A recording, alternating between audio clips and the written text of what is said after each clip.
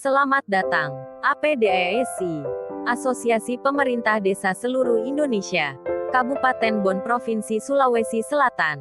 Dengan acara pertemuan simposium dan silaturahmi antara seluruh kepala desa, dibuka secara resmi oleh Bapak Andi Mapakaya Amier Ketua APDESI Kabupaten Bon Provinsi Sulawesi Selatan pada Jumat tanggal 6 Desember tahun 2019 Grand Asia Hotel Makassar. Tema Kiat Pengelolaan dan Pengembangan Inovasi Pemerintahan Desa di Kabupaten Bon menuju Desa Digital dan Lebih Canggih.